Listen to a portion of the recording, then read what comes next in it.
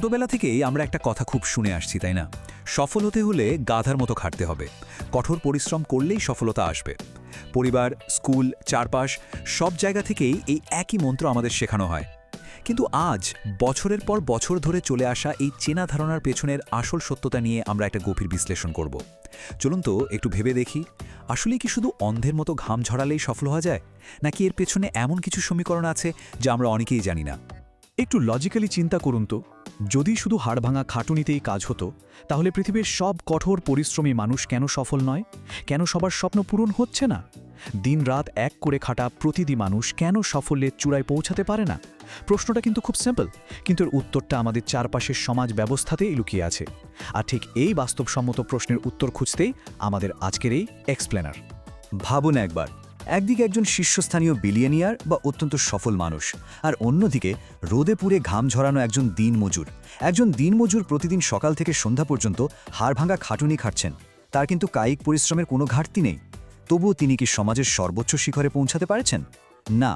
এর পরিষ্কার অর্থ হল, গেমটা শুধু খাটুনির না, অন্ধের মতো মেহনত করাই সাফল্যের একমাত্র চাবিকাঠি হতে পারে না।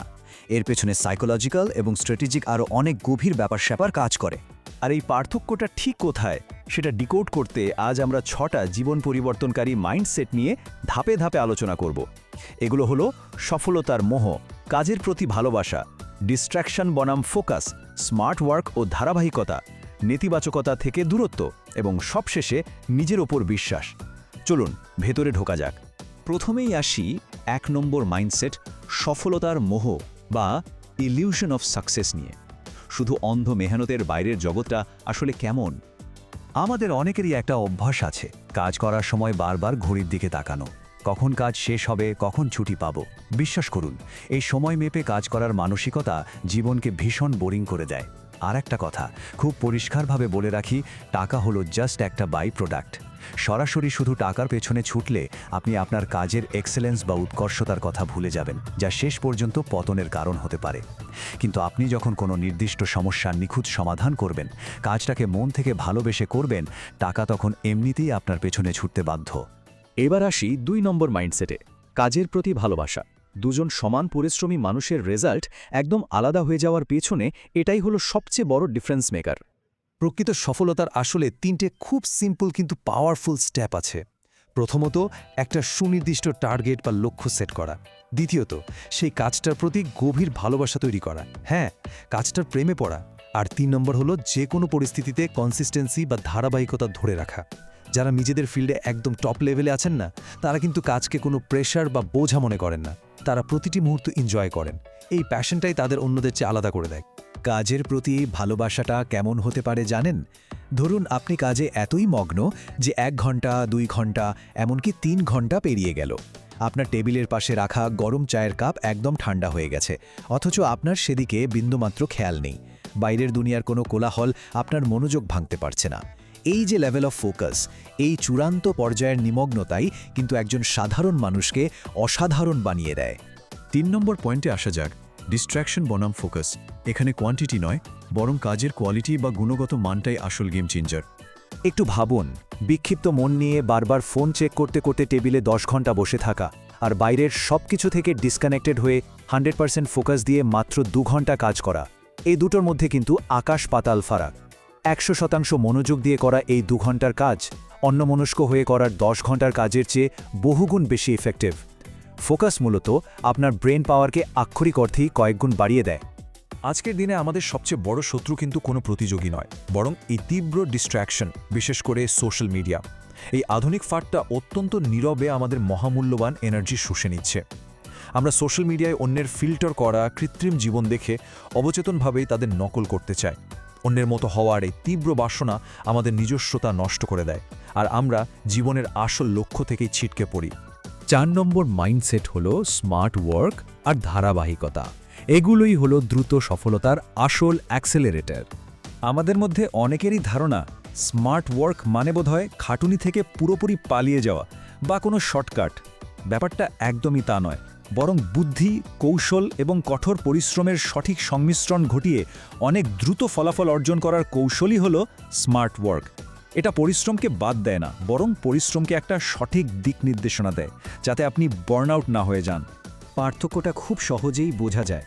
কোনো প্ল্যানিং ছাড়া শুধু অন্ধের মতো গাধার খাটুনি খেটে যে লক্ষ্য অর্জন করতে হয়তো 5 বছর লেগে যেত, নিজের প্যাশন আর বুদ্ধি কাজে লাগিয়ে স্মার্টলি করলে সেটা হয়তো মাত্র 1 বছরই অর্জন করা সম্ভব। কৌশলগত মেহনত আসলে সময়কে সংকুচিত করে দেয়। শুধু গায়ের জোর নয়, মাথার সঠিক ব্যবহার সফলতার গতি বহু গুণ বাড়িয়ে দিতে পারে।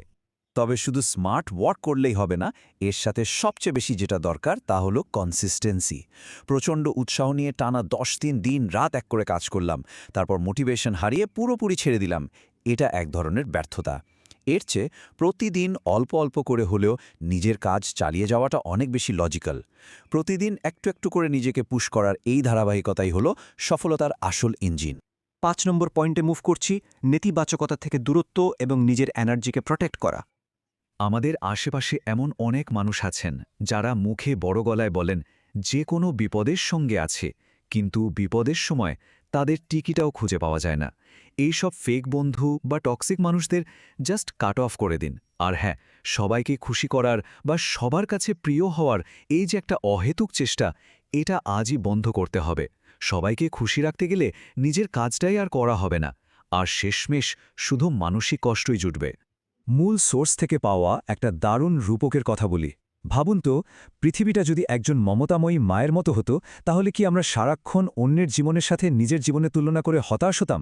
মায়ের কাছে যেমন সব সন্তানই স্পেশাল, তেমনি আপনার জীবনের জার্নিটাও একান্তই আপনার। কথায় কথায় অন্যের সফলতার সাথে নিজেদের বর্তমান অবস্থার তুলনা করে মানসিক শান্তি নষ্ট করার এই অভ্যাসটা কিন্তু এক্ষুনি ছাড়তে হবে। আমরা আমাদের আজকের আলোচনার একেবারে শেষ ধাপে চলে এসেছি। নিজের ওপর বিশ্বাস, যেখানে আপনার কাজই সব কথার জবাব দেবে। চারপাশের অসংখ্য সমালোচকদের পুরোপুরি উপেক্ষা করে নিজের মনের উপর কন্ট্রোল রাখাটা এখানে সবচেয়ে বড় ফ্যাক্টর। আমাদের একটা প্রবাদ আছে না, ফাঁকা কলসি বাজে বেশি। এটা একদম খাঁটি কথা। সমাজে যাদের নলেজ কম তারাই সাধারণত বেশি চিৎকার করে বা অন্যের সমালোচনা করে।